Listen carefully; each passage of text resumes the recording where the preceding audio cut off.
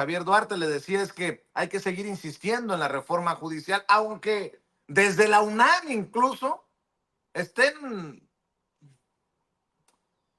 armando campañitas contra la reforma judicial. Fíjese esto, de lo que nos va a hablar el maestro Ricardo Sevilla, periodista de larga trayectoria, escritor, columnista, fundador y conductor de su espacio en YouTube, Los Datos Duros, orgullosamente miembro de esta familia sin censura y el terror de los fachitos, de los corruptos de la UNAM, de los intelectuales de pacotilla. Mi querido Ricardo Sevilla, ¿cómo estás? Te saludo con mucho gusto. Querido Vicente, público memorioso, estoy muy bien, muchísimas gracias. Y en efecto, Vicente, vale muchísimo la pena analizar este hecho de la UNAM metida hasta el cuello ahora en la discusión de la reforma al Poder Judicial, pero vale la pena analizar las cosas a la luz de los datos duros. Hay que darle contexto a la gente para que se acuerde. No tiene mucho tiempo que el rector de la UNAM salió a tratar de deslindarse, según él, de un estudio que se había realizado en el Instituto de Investigaciones Jurídicas. Esto pasó el 17 de junio de 2024. La UNAM sale, se deslinda de este análisis sobre las 20 reformas propuestas por el presidente Andrés Manuel López Obrador. Un trabajo, Vicente, hay que subrayarlo, coordinado por académicos de derecha, prácticamente un ala del ITAM. Dicho estudio fue elaborado por el Instituto de Investigaciones Jurídicas y ahí se advierte sobre el supuesto riesgo de una captura, de un secuestro político del Poder Judicial. Dijeron en ese estudio si se aprueban las reformas del llamado Plan C. Aquel análisis, Vicente, completamente tendencioso, fue coordinado por los académicos conservadores Sergio López Ayón, ahí nada más ni nada menos, un personaje completamente vinculado al CIDE, completamente vinculado al ITAM, por Jesús Orozco Enríquez, por Pedro Salazar Ugarte, amigo de Piquete de Ombligo y ex empleado, hay que decirlo, ex colaborador también del Instituto Nacional Electoral, y nada más ni nada menos que por Diego Valadez. Ahí salió Enrique Graue, mira, nada más me traiciona, Leonardo Lomelí, el exsecretario general de Enrique Graue y hoy rector, salieron a decir que no tenía nada que ver con ese estudio del Instituto de Investigaciones Jurídicas, y todos los opinólogos de la derecha lanzaban en ese documento diatribas veladas, una crítica donde imperaba la denostación y no el análisis en contra de las reformas propuestas por el Ejecutivo. En ese momento, Leonardo Lomelí Vanegas, ya le digo, ex secretario general y hoy rector de la UNAM, se deslindó muy vigorosamente de ese documento. A través de la Dirección General de Comunicación Social de la UNAM, Lomelí Vanegas mandó decir que quería mantener una relación de respeto con el Poder Ejecutivo y particularmente con el presidente López Obrador. Así lo dijo, pero ayer el rector de la UNAM se contradijo, Vicente, y le voy a pedir a mi querido don David que me ponga, por favor, el audio, el video de Leonardo Lomelí, contradiciendo para que usted escuche con datos duros y no piense que nosotros tenemos una animadversión contra el rector de la UNAM. Así lo dijo. Échemelo, don David, por favor.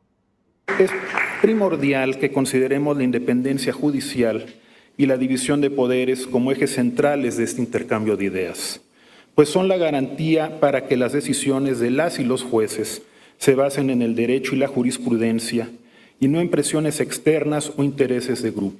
Como bien recordaba la doctora Mónica González Contró, estamos cumpliendo 2 siglos de haber optado por la forma de gobierno republicana, representativa y federal.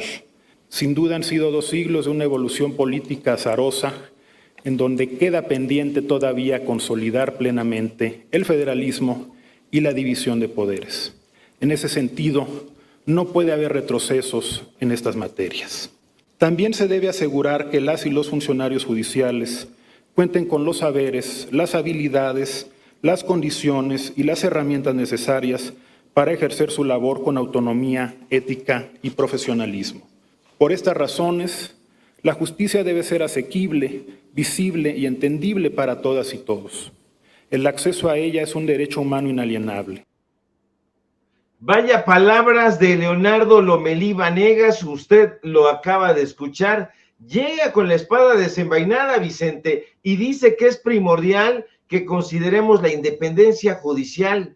¿De qué está hablando el rector? Como si esta propuesta no considerara en su punto medular justamente eso, la independencia judicial. Y es que ese es el meollo del asunto, darle independencia, auténtica independencia al Poder Judicial. Pero ya se ve que Leonardo Lomelí, y da mucha pena decirlo, no ha leído la propuesta de reforma al Poder Judicial, porque si la hubiera leído, no estaría declarando semejantes futilidades. Pero el desinformado rector de la UNAM no se contenta con eso, y ya lo acaba de escuchar también. Dice que no puede haber retroceso en la división de poderes. ¿Cómo que retroceso? ¿Significa que esta reforma intenta eso? ¿Un retroceso? ¿Por qué considera el rector Lomelí que estas reformas podrían ser un retroceso en la división de poderes? ¿Qué le hace pensar al jefe de la burocracia dorada de la UNAM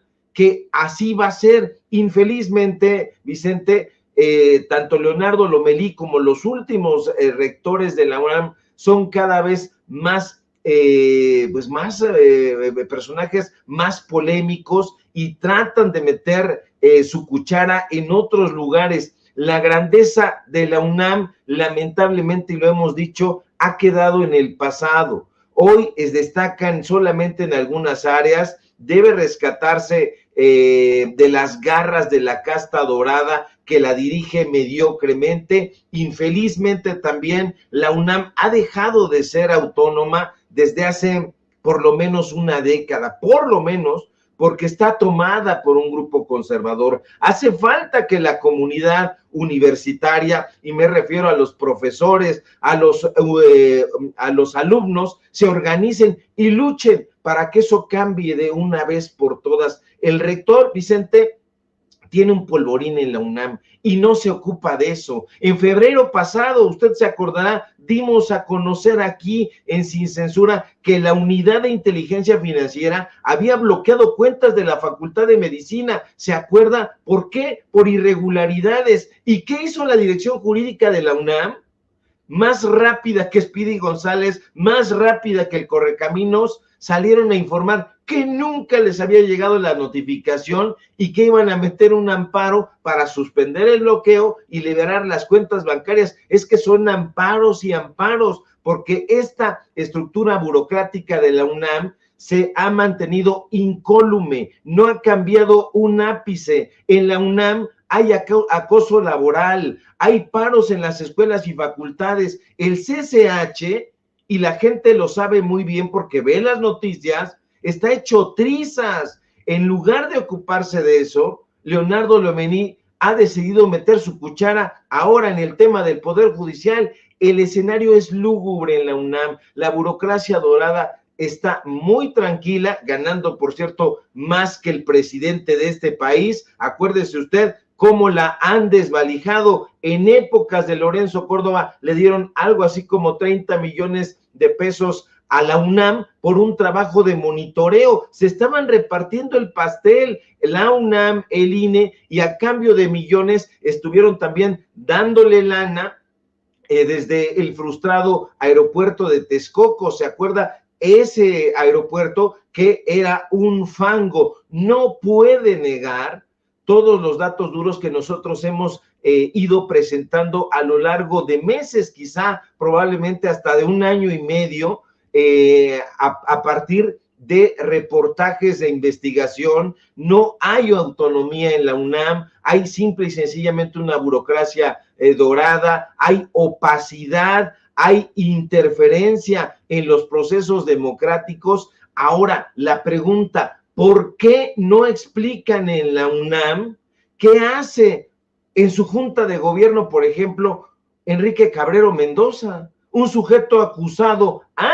escúcheme bien lo que le voy a decir, por delincuencia organizada. ¿Por qué está en la junta de gobierno? ¿Por qué no nos explican eso y en lugar de estar saliendo Leonardo Lomelí Vanegas con Mónica González Contró a decir toda esta sarta de tonterías en las rodillas. Ellos no han leído esta propuesta. Leonardo Lomelí Vanegas incumple porque había afirmado que no se iba a meter sobre este tema en la reforma al Poder Judicial, no se iba a meter con el asunto del Plan C, pero hoy ya vemos que está con todo, le da la palabra y la razón a Mónica González Contró. Hay que recordar que Mónica González Contró es amiga de Lorenzo Córdoba, de Ciro Murayama, es la directora actualmente del Instituto de Investigaciones Jurídicas, ella es itamita, ella fue la abogada general, y ahí está Hugo Concha también, este personaje completamente polémico de la derecha, y están metidísimos. Leonardo Lomelí les da la palabra y dice, tiéndanse. Cuando dijo que se deslindaba del estudio del Instituto de Investigaciones Jurídicas, mira nada más,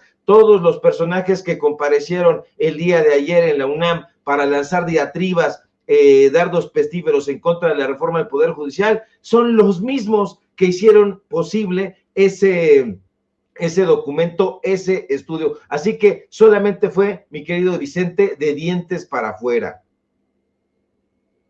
Pues úchala.